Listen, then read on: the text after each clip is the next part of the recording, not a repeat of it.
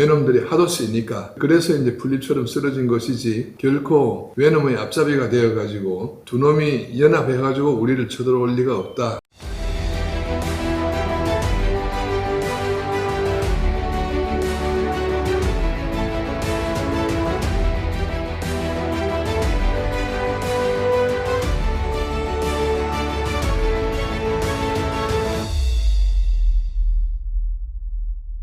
이사장님 안녕하십니까? 안녕하십니까? 예. 반갑습니다. 오다가 보니까 산수유가 상당히 또 피어 있고 하는 거 보니 예, 그야말로 진정한 봄이 또 오는 것 같습니다. 벌써 산소유가 질 때가 되지 않았습니까?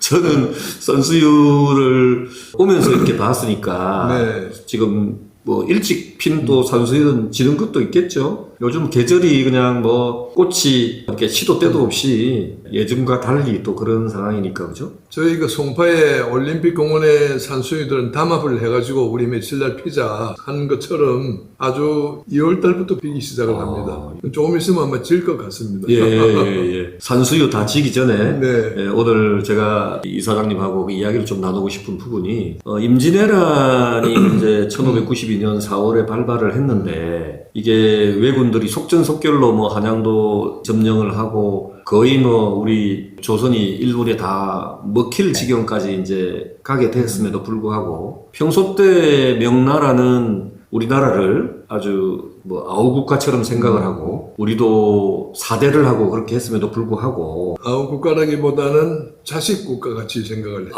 예. 하여튼 그 사대를 했음에도 불구하고 거의 나라가 먹힐 지경에 도달한 상황에서 한 6, 7개월이 지나서 이 명군이 우리를 도우러 왔더라고요. 예. 도대체 왜 명군이 그렇게까지 지켜보고 있다가 참전하게 됐는지 저는 그게 되게 궁금하거든요. 이사님 왜 그렇다고 생각하십니까? 명나라가 조선을 자식국가처럼 생각을 하고 한 건 사실인데 오늘날의 대한민국과 미국 사이에 있는 상호 방위 조약 같은 걸 체결한 건 아니고 자기네들이 판단해가지고 이제 빨리 구원할 거냐 천천히 할 거냐 상황을 보면서 해야 될 거 아닙니까? 그 사람들도 이제 1592년 4월 달에 일본이 조선을 침략을 했다는 사실을 알기는 금방 알았습니다. 그런데 한 가지 의문점이 있었거든요. 왜 일본이 조선을 침략을 해가지고 저렇게 눈 깜짝할 사이에 부산에서 한양까지 올라오고 한양에서 평양까지 올라오느냐. 이거는 전투를 한 거 아니다. 이건 뭐냐. 조선하고 일본이 서로 짜고 두 놈이 한편이 되어가지고 우리나라를 침략하는 것이 아니냐. 이런 의심을 첫번에 했습니다. 그런 의심을 할 수밖에 없었던 것이 그 전에 조선이 이제 일본에다가 통신사를 파견했지 않습니까? 과연 일본이 조선을 침략할 거냐 안 할 거냐. 그때 통신사를 보내가지고 한 1년 전에 다녀왔는데 조선은 집에서 아무리 조그만한 일이 있어도 미주알 고주알 명나라에다가 다 보고를 했는데 그 큰 통신사 사절단이 1년이나 걸려가지고 일본을 갔다 오면서 출발할 때도 얘기가 없었고 갔다 와서도 아무런 얘기가 없었거든요. 그래서 명나라는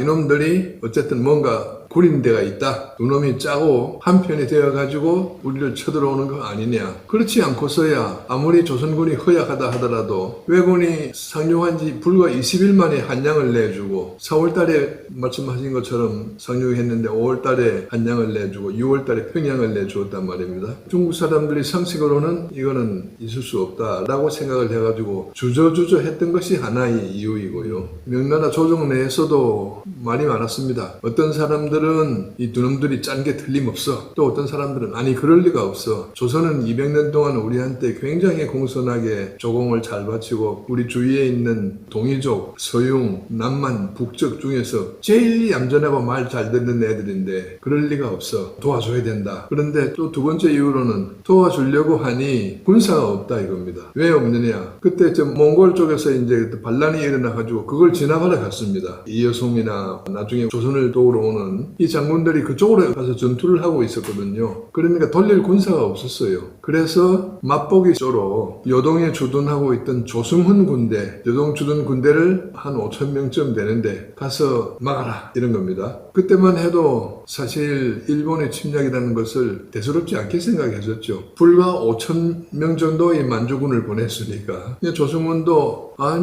외놈들쯤이야 하고 이제 내려왔다가 뜨거라 하고 전투를 해보니까 그게 아니거든요. 쟤들이 총을 쏘는 신무기를 가지고 왔는데 자기 부사령관도 전사하고 그러고 나서 이제 요동으로 후퇴를 하고 그러느라고 하여튼 세월이 많이 흘러서 그동안에 이제 몽골 쪽 반란을 진압하고 난 다음에서 오다가 보니 1592년 1년은 그냥 다 지나가 버리고 우리 구원군 사령관 이여송이 압록강을 넘어온 거는 그 다음 해 연초에 오게 됐죠. 그러다 보니까 한 반년 넘어 늦어져 버린 거죠. 어쨌든 조명연합군이 이제 이여송이 와서 잘 싸워가지고 다시 평양성도 찾고 네. 예, 그렇게 된 거죠. 네네 그렇죠. 예. 일단 압록강 건너와가지고 첫 전투 사실 조승훈의 전투가 첫 전투이지만은 본격적인 이 명나라의 그 본대가 건너와가지고 이제 싸운 거는 평양 전투인데 그때 이여송이 한 4만 명, 우리 조승훈이 한 1만 명 정도 그리고 평양성을 지키고 있던 보니시 유기나라 군도 한 1만여 명 수적으로 이제 굉장히 적었죠. 그런데 평양성을 워낙 전부하다 보니까 어쨌든 공성전을 붙었는데 우리나라는 그 신종 대포 마약을 발명한 나라가 중국이지 않습니까? 하여튼 명나라 대포 유비력이 대단해가지고 평양성을 비교적 쉽게 점령을 했었죠. 그럼 이제 아까 말씀하신 대로 처음에는 의심할 수밖에 없는 여러 가지 여지들이 있었는데 예. 그것을 최종적으로 이게 의심할 것이 아니라 잘못하면은 명나라까지도 문제가 될 수가 있다. 예. 그렇게 판단해가지고 본대를 내어 보내게 됐는데 그런 어떤 나름대로 그런 결정을 하게 된 그 의심을 거두게 된 원인이 뭔지만 딱 말씀을.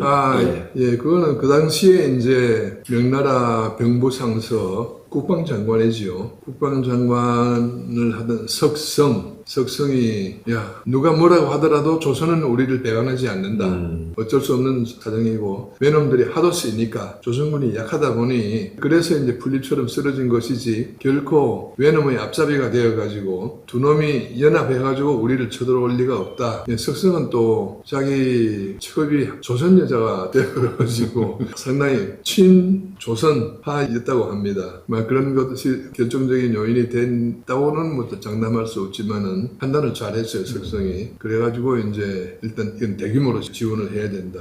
해가지고 송ong창을 병략, 그러니까 이제 총사령관이죠. 그리고 전투 총사령관은 이여송을 편성해가지고 일단 4만 명을 압록강을 건너서 보냈으니까 뭐 그 단계에서부터 이제 본격적으로 구원군을 제대로 이제 가동시켰던 거죠. 예. 어쨌든 명나라가 참전함으로써 조선이 다시 반격의 기회를 잡으면서 이렇게 살아날 수 있는 계기가 됐다는 측면에서 상당히 의미 있는 참전이었다는 생각이 들고. 맞습니다. 하여튼 지금 그런 맥락에서 보면은 우리가 지금 외교적으로 현대 상황에서도 대한민국과 미국이 한미 방호 협약에 의해서 굉장히 이제 친밀한 관계를 갖고 있는데 외교가 얼마나 중요한지 그런 것들이 참 다시 한번 생각되는 그런 일이지 않나 그렇게 생각합니다. 맞습니다. 외교가 중요하고 또 그 당시 상황과 지금은 그 당시에는 교통통신이 굉장히 늦었다. 우리 6.25 사변 때는 북한군이 38선을 넘어온 것을 당장 알았단 말입니다. 그래가지고 당장 미국의 트루만 대통령한테 그게 시차만 있을 뿐이지 거의 실시간으로 전달이 되고 또 다행히 트루만 대통령이 참전하자 해가지고 일주일도 안 돼가지고 이제 미군이 참전해 왔지만은 400년 전에만 하더라도 도대체 일본군이 언제 쳐들어올 거냐 안 올 거냐 왔더라도 지금 어디까지 왔느냐 군대 수는 얼마나 되느냐 이런 것에 대한 정보 파악이 굉장히 늦고 그 전달이 또 굉장히 늦고 그러다 보니까 반년 넘어 지체가 됐는데 그건 뭐 그 당시 상황으로 봐가지고는 지금 만약에 반년이라 그러면 말도 안 되는 것이지만 그 당시 상황으로서는 조금 봐줘야 할 측면이 있다고 봐야 된다. 그러니까 예나 지금이나 외교나 국방은 너무나 중요하다는 것을 여실히 깨닫는 그런 상황이지 않을까 생각을 하면서 오늘은 이것으로 대한민국의 국방과 외교 안보의 무궁한 발전과 튼실한 국방을 위하여. 위하여.